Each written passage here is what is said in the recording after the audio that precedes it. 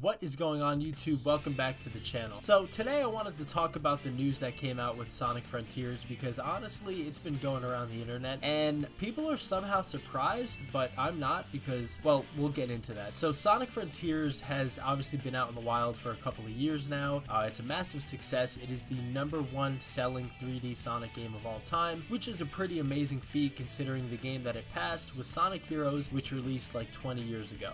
But we got more information about the development cycle for this game. It did indeed take 5 years to make this game, which is what a lot of people thought. But what's hilarious though is that this was the final straw for Sonic Team. This was their final chance. And a lot of people, that's not the funny part. The funny part is that people are surprised by that, which I don't know how, because Sonic Forces was an abject failure. It was the worst Sonic game in the series by far, and a lot of people are going to talk about Sonic 06, a lot of people are going to point to Sonic Lost World, but the difference between Forces and Lost World and 06 is that Lost World and 06 have redeeming qualities. The reason why Lost World isn't a particularly good game is because it was on the Wii U, but if you play the Steam version, obviously there's a couple of bugs with FPS, but overall it's a pretty solid experience. And Project 06, which is the fan-made game for Sonic 06, has proven that Sonic 06 was never the issue. It was just the development cycle, and we all know that that game was rushed. I mean, Sega didn't even give that development team a chance. So Sonic Forces is irredeemable, just to, put it in layman's terms. That game has nothing good about it. Everything, including the story, is a really, really bad job. And so Sonic Team, yeah, it's not surprising that this was their last chance.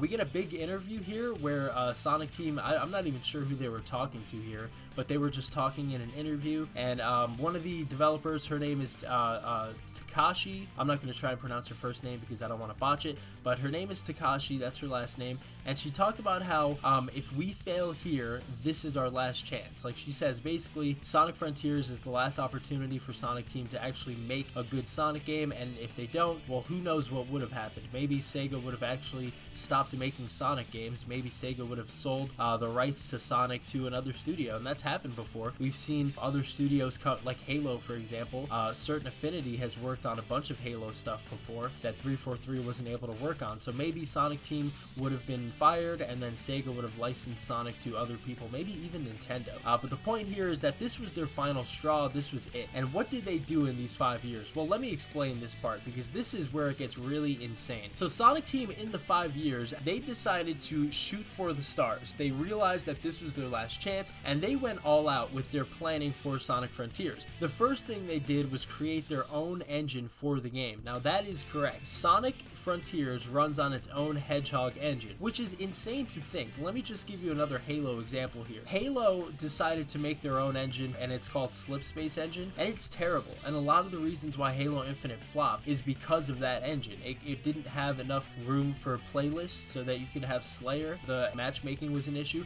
There was a lot of different issues with Slipspace Engine for Halo. So, and that's, by the way, Microsoft is sponsoring 343. That's their studio. So if a software company can't make an engine right, it's really tough to think that Sonic Team, who had just made Sonic Forces, would. But they actually did.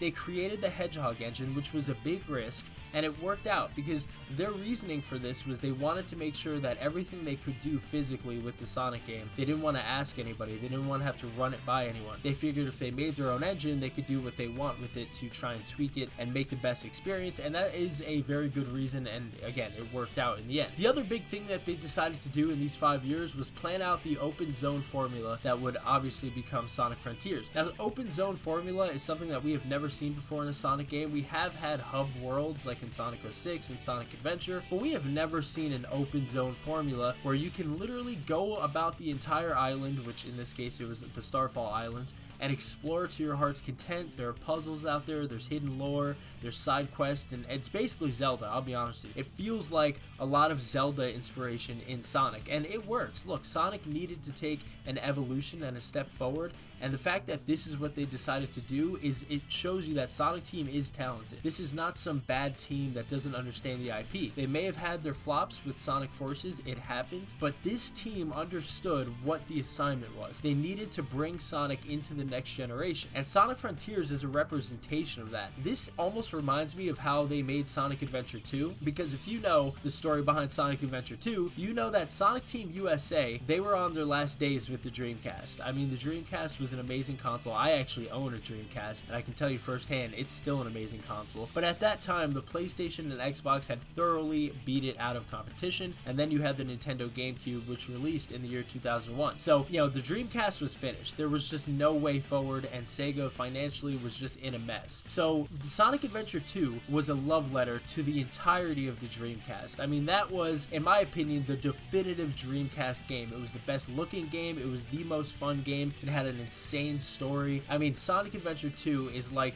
truly it was them pouring their hearts into one final game for the Dreamcast. And this is what Sonic Frontiers felt like. Honestly, when I was playing it, I was so shocked because the story was very serious. It was a very deep story with a lot of emotion. You obviously have the big enemies, which were the Titans, which were really awesome. Supersonic battles were incredible. The soundtrack was very somber, very serious, which was different from what we'd heard from previous Sonic games. You know, Sonic Lost World and Sonic Generations, they have these upbeat soundtracks, but this was a very somber and very serious soundtrack, which was amazing. And I started to read this interview, and I was like, man, they pulled the Sonic Team USA. This is exactly what Sonic Adventure did. Sonic Adventure 2. They figured, okay, this is our last shot. Now let's pour everything we have into this. Everything. We're just going to try everything. We're not going to be scared of risks. We're not going to be scared of, hey, what if this doesn't work? We are going to put our hearts and souls into this game, and we're going to just leave it all out there. And it worked. I mean, again, Sonic Frontiers is the best-selling 3D game, and rightfully so. And I'm so proud of them for doing that, because honestly, I don't want to see a world where Sonic the Hedgehog doesn't exist, or where Sega isn't making Sonic the Hedgehog. It just feels wrong. Now, I want to move on to the soundtrack here, because this soundtrack is actually very important in terms of the development for this game, because it represents exactly how difficult it is to get Sonic successful. You know, it's not easy to make a Sonic game. To make a Mario game, it's very easy in my opinion, because even the worst Mario games get reviewed very well, whereas the best Sonic games somehow are just 70s. It's the constant theme. If you want to know more about it, look up my video on why the media hates Sonic. But anyways, the soundtrack for this game is led by some amazing vocals. My favorite, and the song that I'm going to single out here, is Vandalized by One OK Rock. One OK Rock is a J-rock band. They have made amazing music. I've discovered them ever since this game came out. Some of their music is just incredible. I can't even believe how good they are. But they are also a very accurate representation of what Sonic was at this point in the development cycle. They were very serious, very somber, but very passionate at the same time. And they talked about the marketing for a lot of this, the soundtrack, the game, and they said that they had to market Sonic differently in Japan than they would in America, because they said in Japan they have no problems marketing a serious, somber, you know, really down-to-earth Sonic, right? They have no problems doing that. But in America, a lot of people apparently, at least in Sega's eyes and Sonic Team's eyes, expect a classic Sonic, you know, the little blue guy with the spin dash. That's what they expect. Now, I gotta be honest, hearing that really breaks my heart, because honestly, I don't care about the little blue guy and the spin dash, because those days are over. Give me the somber, serious, down-to-earth Sonic, because that is the best parts of Sonic. In fact, that is what Sonic can do that Mario can't. Sonic is the type of platformer that can pull you in with its deep story, deep emotions, character development. You just don't see that in Mario games, and that's not to knock Mario, because Mario is a different IP and what Mario does works. But this is what Sonic does. Sonic is the antithesis to Mario. It's not just about the platforming, it's also about the story and the connection to the characters, the history. I mean, Sonic Frontiers truly is a somber, serious game, and I wish they had marketed it like that a little bit more in the US, although overall they did do a good job with the marketing. And I think it's particularly interesting to me that because this was their last game, and they felt like they weren't going to have a shot at Sonic if this failed, they decided to at least help whoever would have had Sonic after them with the story, because the entire story for Sonic was very, very messy. So if you go back through the 3D games, it's a lot of different crazy events. There was only one time in Sonic's history where everything was connected, and that was from Sonic Adventure 2 to Shadow the Hedgehog. Those two games are very interconnected. Their stories are directly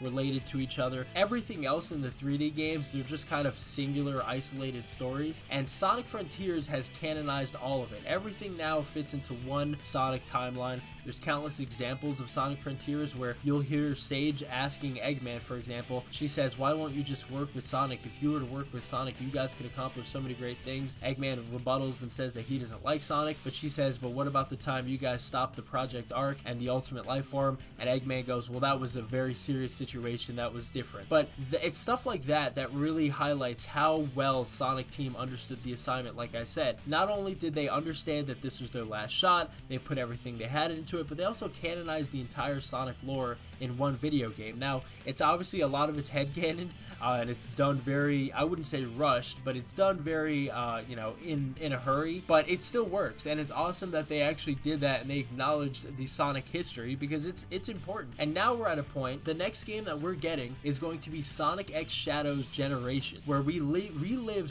Shadow's entire past, which is filled with memory loss, and he has sometimes, you could even say he was brainwashed at times, and a very tragic past where he's always seemingly running into a wall, not sure who he is and what's his purpose. He lost his best friend Maria. Shadow has a very, very sad past, but we are going to relive that in a very condensed and nice recap way. And this game is important because Shadow Generations doesn't happen if Sonic Frontiers fails. I believe that. I believe that game only exists now because Sonic Frontiers was sold really well and the fans loved it. So they said, okay, let's do some more lore cleanup. Let's clean up our history a little bit even more with Sonic X Shadow Generations. And now moving forward, obviously the Sonic 3 movie is coming out, which is going to feature Shadow and probably the Sonic Adventure 2 storyline. And now they're moving forward, and it's going to be this nice and neat story that everybody's going to be able to follow along with. And honestly, that's pretty cool. So yeah, I mean, this was a massive